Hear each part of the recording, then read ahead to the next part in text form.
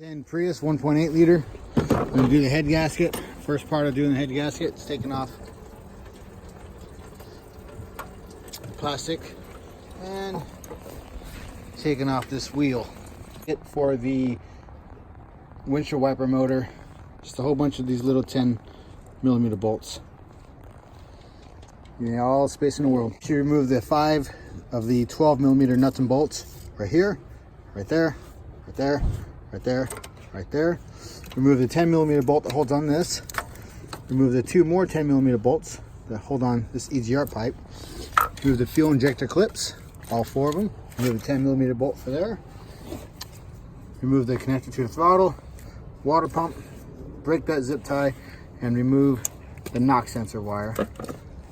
Pull it off, remove that clip, remove the coolant hose right here, that one right there, and pull it away. Next is the valve cover. Remove that bolt, that bolt, that bolt. Remove all the coils, they're all 10mm. Remove the 12 right there, remove this clip, and all the 10mm that hold the valve cover on. These clips just slip right up. 12mm here. The rest are going to be 10mm.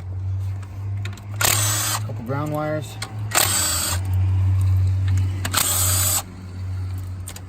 Just throw them off to the side.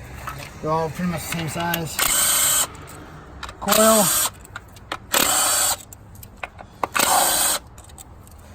There. All that's nice and loose. You remove the clips, the coils can come off. You can remove the coil clips if you like. You can just leave them hanging. Personal choice. The 10mm that hold the valve cover on.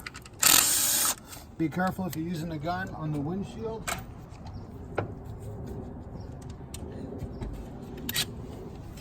They'll come up. Don't crack the windshield.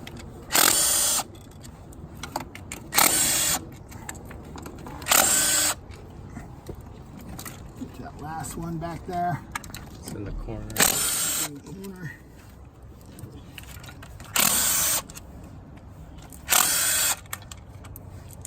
There's one more in the middle. Do not forget that one. You'll wonder why it's hard to pull up. And sometimes even I forget it. One more 10. It's gonna be right there. You'll see it. You might not see it in the video, but you'll, if you drop a bolt, always have a magnet ready. That's fine. One more 12mm bolt going sideways into the valve cover. You can there we go. Near the rear of the valve cover. See it right there. And then one more clip for the cam position sensor right here. Do not pull by the wire. The wire will rip out. I use my trusty long standard. There's one more bolt I'm going to take off.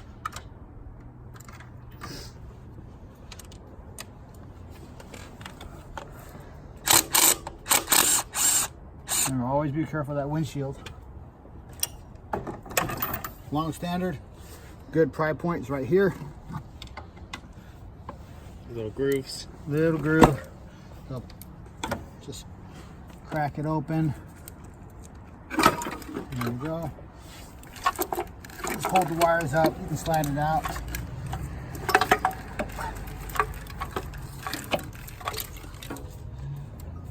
And that's the valve cover. And you can just do it from below.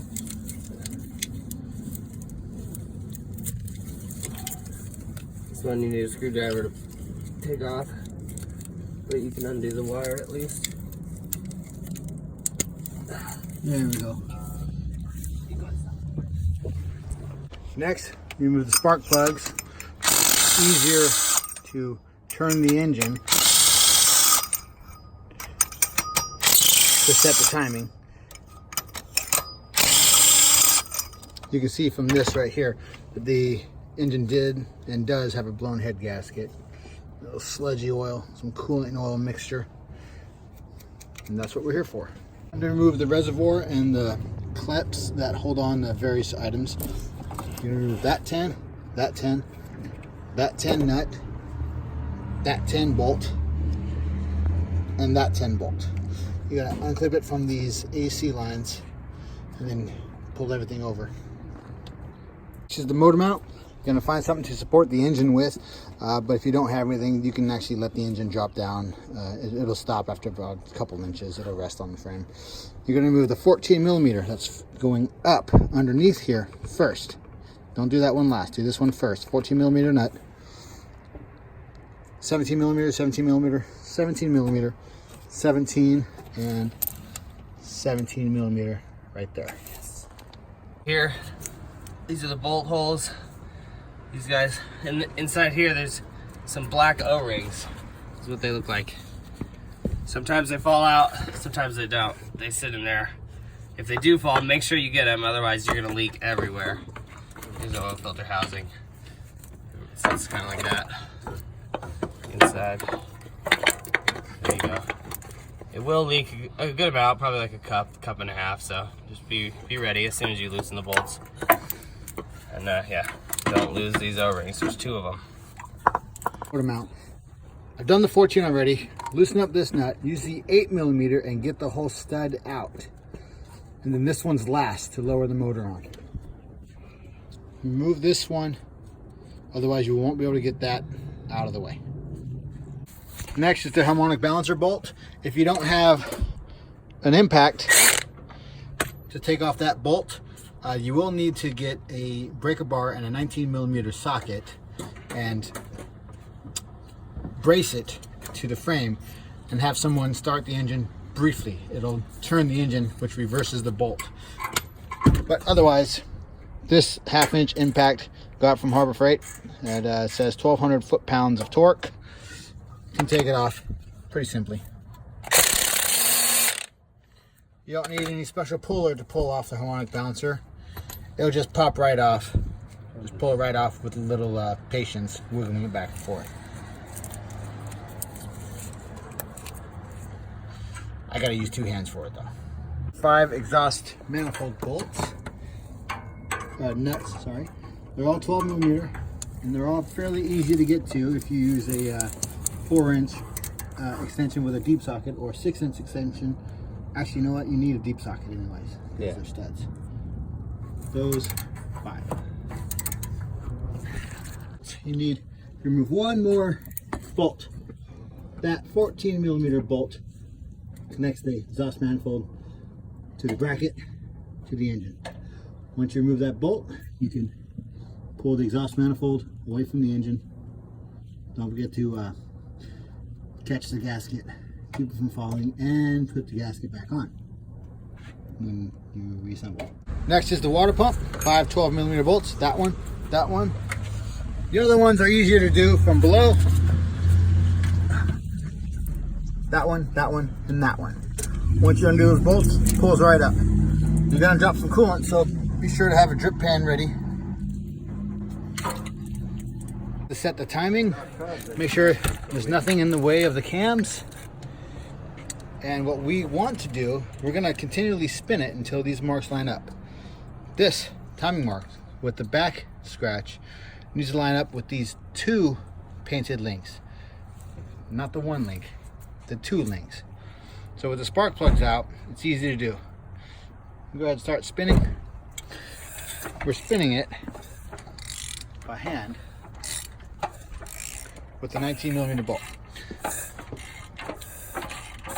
Remember, this is a lot easier with the spark plugs out.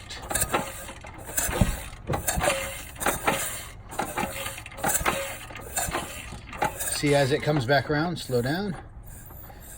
See, the 2 marks haven't lined up yet, so we're gonna do another rotation and it should line up. I have these spark plugs. If 1 or 2 that is bad, We have spark you can plugs. put, there's 1 or 2 that's Okay, good. slow down. Oh, sorry. I keep going. Right there. keep going, keep going. Now you see the two marks line up with that. And the other painted link is lining up with its mark, which means the third painted link is actually lined up with the crankshaft. The timing's set. Now we can secure the cams and take it apart. That's the next part. The timing is set. We're gonna need to lock down these cams before we take the timing chain tensioner off, which is back here. That's on the next video. So you have what we do to lock the cams down. Some people buy the expensive tool to lock it down, but there's really no need to. You have these three 12mm bolts here, and these two 10mm bolts. We're gonna take those out.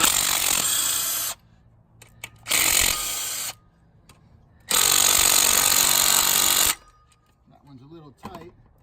We'll just hit it with the ratchet. There we go.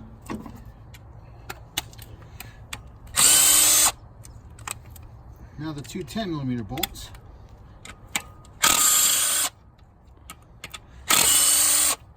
Now that will be able to come up. Move it back and forth. So what we're going to do is we have regular shop towel. We're going to fold it in 3. Place it right over that. No more than 3. And use shop towel. Try not to use anything else. Shop towel will compress and it's nice and soft. Put that right over the cam. We put this back on. But now we're only going to tighten up the 10mm. You'll see That'll in a little bit. prevent the cam from spinning by compressing the towel. The cam will still be able to spin a little bit. The reason we do this is once you take off the tensioner and the timing cover and the chain, the cam, the tension that push up on the valve springs will tend to shoot the cam over, and sometimes that'll shoot a valve into the piston. You get a bent valve. This helps alleviate that. Keep the 12s loose. I'll tell you why in the next video. Millimeter. I recommend doing the bottom one first, then the top one. Once the tension's off, it will try to shoot up at you. Make sure you catch it. Don't let it fall. This is the timing chain tensioner. It goes into the engine with the hook facing up, not facing down, facing up. To compress this, you're gonna hold this little tab down with your nails.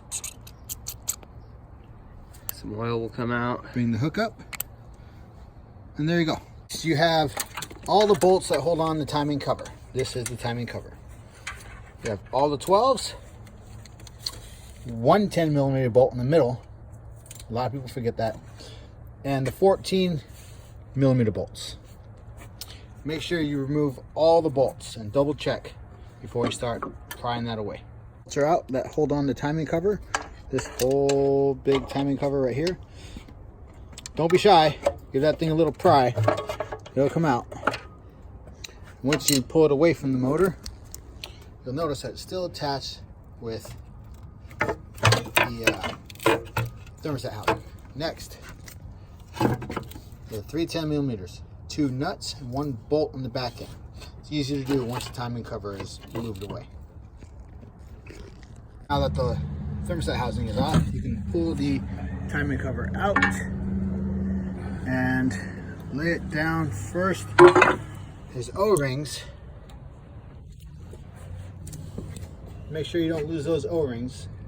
I prefer to keep them on the head right there. You see the timing marks are still set, and now when you go down, you should see that timing mark is right where the dot is. Now with the timing cover off, we can take off the guide for the chain. It's not bolted in at all, it's just on a little piece that sticks out. This pops out, just like that. See, by locking the cams, we can actually remove the chain. Drop it down.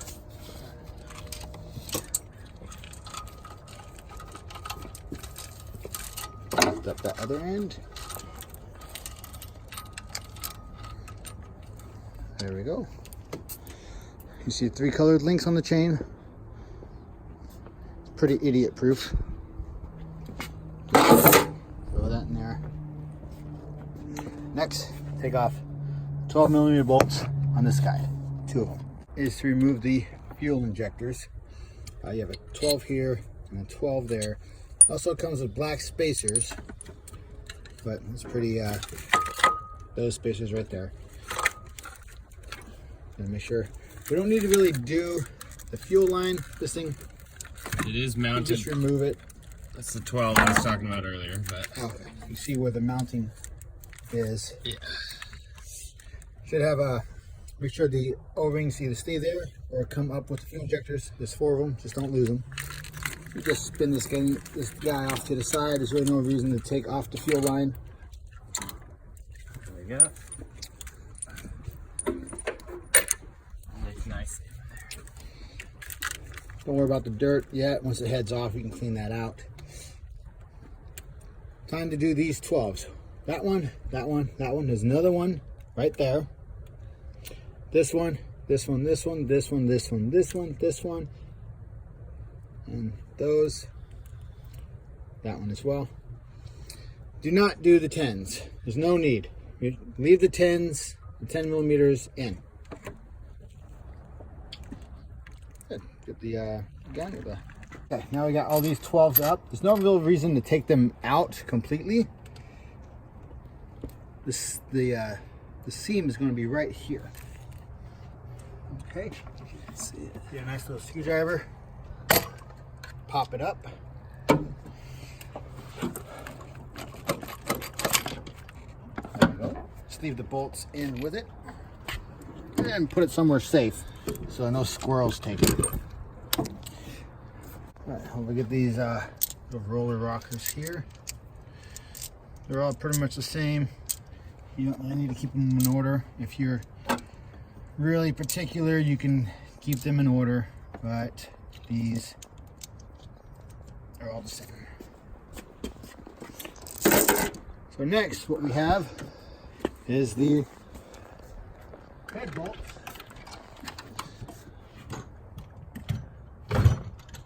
Head bolts.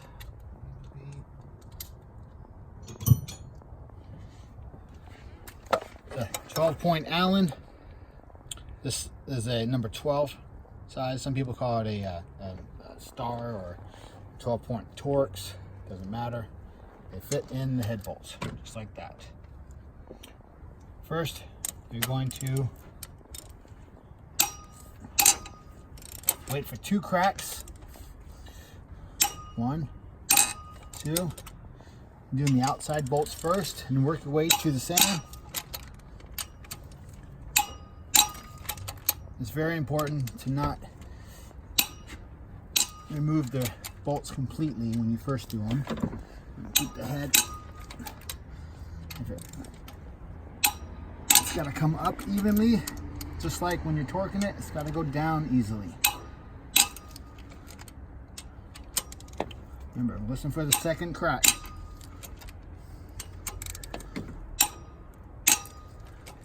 Now you can start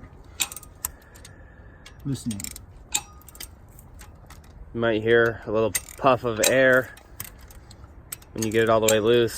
That's normal. A lot of these engines haven't been opened before. You're not ripping out threads or anything scary. Yeah, it's not a Camry 2.4 or a Toyota 2.4. Yep. Find in the Camry, you'll find in the Scions. Okay, with those all loose, you're now free to get your power tool, whatever. Or you can do it by hand. If Or you by have, hand. You don't care about your wrist getting tired. But I'm too old to be doing it with a wrench. Either way, after they're loose by hand, the head is up enough and you're free to take it off quickly or slow if you want.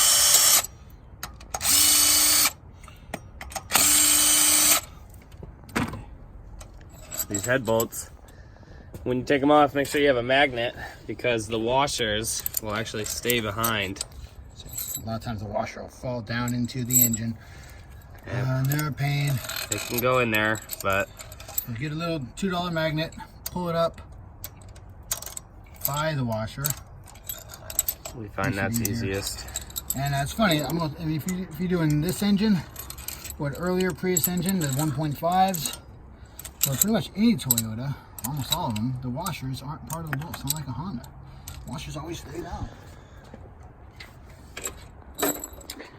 And with that, Now we're ready to crack the head up.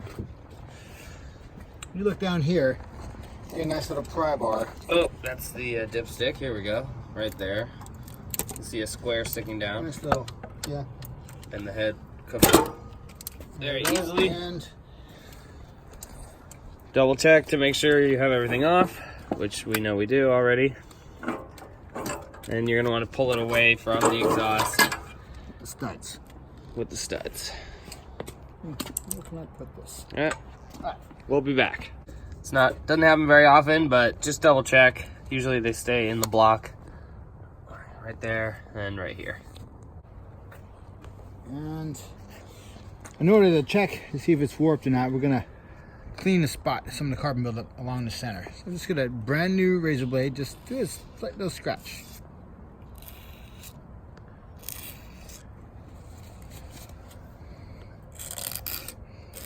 Yeah, a lot of carbon buildup there.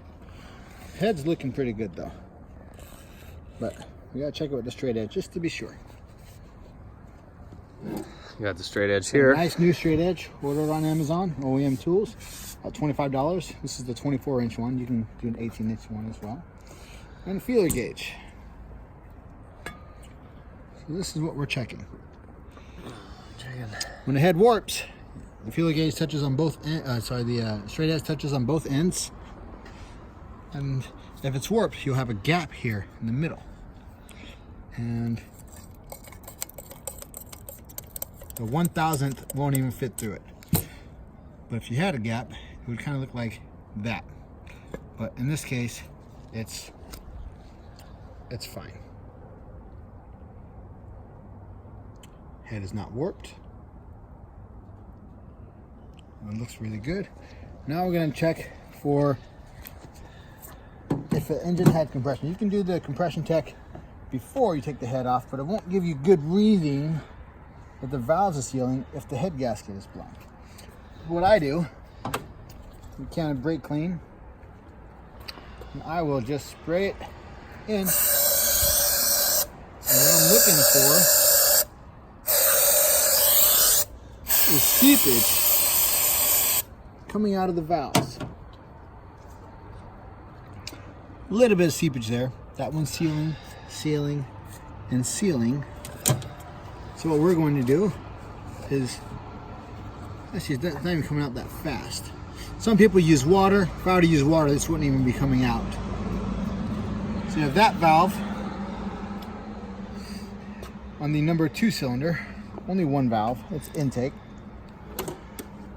Now we're gonna go for the exhaust side and check. Straight in the exhaust. Same idea.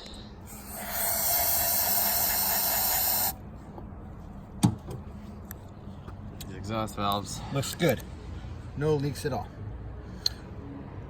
So this valve we're going to have to take out, lap, and put it back in. And that's in a separate video you'll see in our videos. Thing to remember when you're checking if there's seepage coming through the valves is watch out for these lifters. Don't tilt the head back too far. These little guys will fall out. They're very exact fit. It's kind of a pain. Let me pull one out. There, see? Just like that. A little too close. A few more like further back. So that's what happens when you turn the head upside down. It'll drop these out. Something to watch when you're reassembling the head. Also, these little bumpers on the valve stems. Make sure That's right here on the valve. you never lose those guys. They're easy to pop off, but they shouldn't just fall off. Anyway, there you go. Multi-layer steel head gaskets won't be obvious as to where they leak.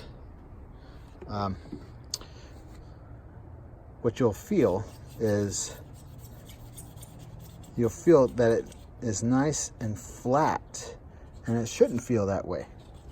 When you measure the other, or when you feel the new head gasket, you should be able to feel ridges. Nice ridges. You can even see the ridges.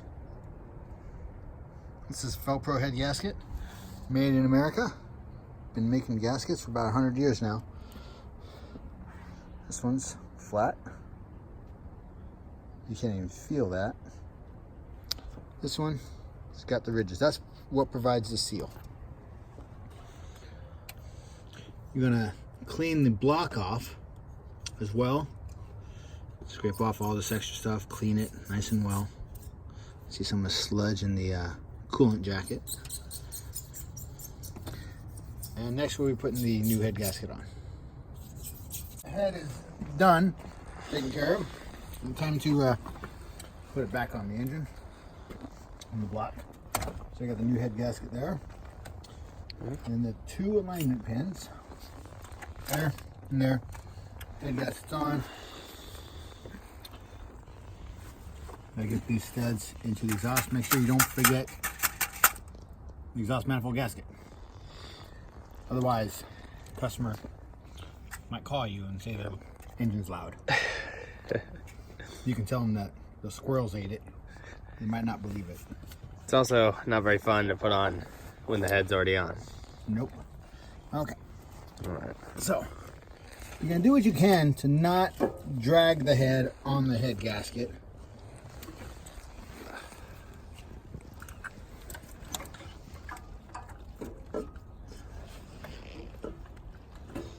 You can normally see the top 2 studs. Okay, so it's in there. Give you a little bit of help. Make sure you drop the head down nice and evenly. Do not drag the head back on and the forth. gasket. What will happen, you won't realize it until you go to start the car, is sometimes a little piece of metal gets folded over. Then when you torque the head down, it looks like that. You won't notice it until you start it. You won't feel much of a difference either. The head goes straight down. If it's not lined up, you pick the head back up. You should be able to move it a good inch back and forth without falling off the exhaust manifold. And it is down. You can check. No gap. No gap. No gap. On the right side, if you're having trouble, you'll be able to see the alignment pin sticking up when you're trying to pull the head forward, and that can help you line it up there. As long as you're not sliding it, just don't slide it. All right, we're gonna torque the head down now. You start off, you can cinch the bolts down, and then you're gonna start with 36 pounds on your torque wrench. You can either get the digital kind, or the click kind, or the bar kind, whatever. I'm gonna go 36. There we go. If you don't like that clicking, you can always back the bolt out and come back, do it again, but that's just more personal preference. What order do you do the bolts in? Oh, the bolts, you need to go straight down the middle, and then you're gonna make an X pattern for each of the subsequent And that's at 36 pounds? Is at 36 pounds to start. And after that, you need to do 90 degrees and then 45 degrees. And we have to do 90 degrees. So you can mark the bolt or just use your eyes. So it's from 12 to 3? Or from 3 to 6? I like 3 to 6, but you can do your own preference. And again, with the X pattern. And now the final section, just 45 degrees. So that's equivalent of from 4:30 to 6. Yeah, as long as you do 135 degrees total. And Top of the head. Just scrape off the old silicone. Apply a thin film of silicone. Do not get the silicone inside the holes.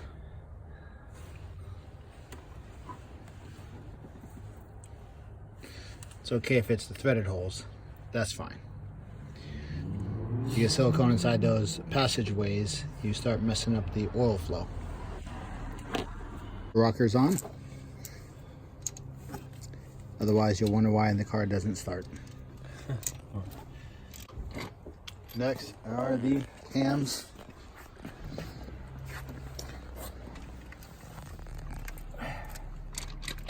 Done nice and evenly.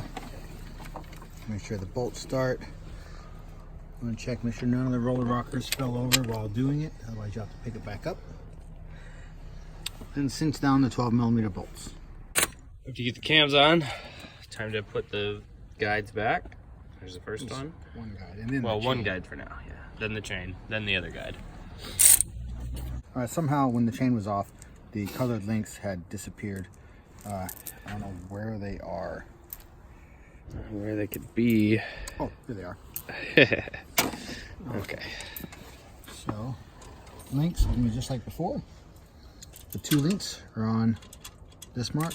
Now, there's 2 marks on the cam you got to look out for. This one, where the mark goes onto the back end, that's the one you're looking for. Not this mark. That doesn't go back as far. This is the one that matters.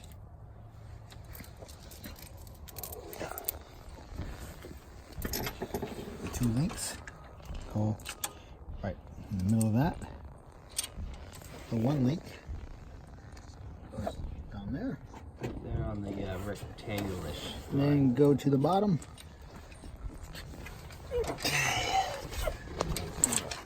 Down on the crank here. So that chain falls. There we go. Line that guy up. Yeah, let me help here. Okay, then you're gonna want to put this colored link on that dot. You'll see as soon as, there you go. See? Those are the marks. Now that the timing marks are lined up on the chain, the lock is still in place. I'm gonna put this guide back on. See in a second. It's on a little, well, you probably saw when you took it off, but it's on a stud there. No threads or anything. You come out a little bit and then you swing it in. Hold the chain. Now, if you want the guide to stay still so the chain doesn't jump when you are putting the timing cover on, there's a little lip that the guide, bring it through all the way, push the guide in towards the block, and it stays right there. You can see pretty well right here in the video. There you go. Okay, next the timing cover. Okay, on the timing cover, you notice that Toyota does not make a specific gasket. It's just a silicone gasket. A lot of cars are nowadays. We're going to scrape off the old gasket. Just use a regular razor. And we're going to put a film of new gasket back on it. Film of silicone, just like on the head. The timing cover is sealed up. It's got a small film of silicone. You don't have to do a lot of silicone on this. Just like with the top of the head. Yes, it's machined very well already. This is going to go in. It's going in. Just be careful for the guide in the back. Remember, it's just sitting there. The tensioner is part of the timing cover, or at least it bolts onto that, not the head. Down here, usually it helps if you have someone, there's little alignment pins on the edge here. Too far, too far. Right there. That should butt up just perfect. Nice and smooth. Steady with the 10mm in the middle. 10mm right there. That one doesn't come out, so it's right there. Nice, easy for you. Button it up. And button it up. Now that the timing cover is butted up, unsecured, you can put the oil filter housing back on. Make sure those O-rings are there. Sometimes they get stuck right here. Otherwise, it's pretty easy. It just slides right on, bolt it up. I gotta go get those O-rings. It's always good to double check, make sure the timing marks are still good. Excuse me, Jack. You can see, if you look in there, It's up top. 2 o'clock.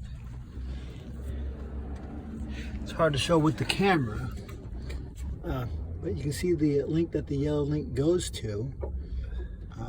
If you shine in there, you'll see the yellow link is lining up to it. Once that's good, then it's time to unlock the cams. Those two 10mm bolts. That's why you leave those other 12s loose, like I said earlier.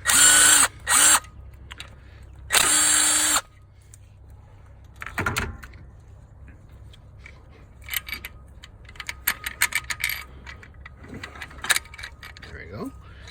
Just hard to do with one hand. There you go. Pull the paper towel out, and it all goes back together. Just tighten those up.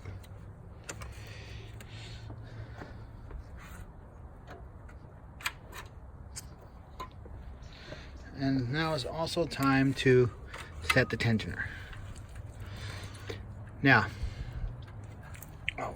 tensioner back in. Those two 10mm bolts. Remember, the hook faces up when it goes in. And we're going to release the tensioner now. You're going to pull this forward. You'll hear a click on the tensioner, and then turn it back. And you heard the click. Now you should have a lot less play. You can hear the tensioner plunger going in. Tire marks are still good.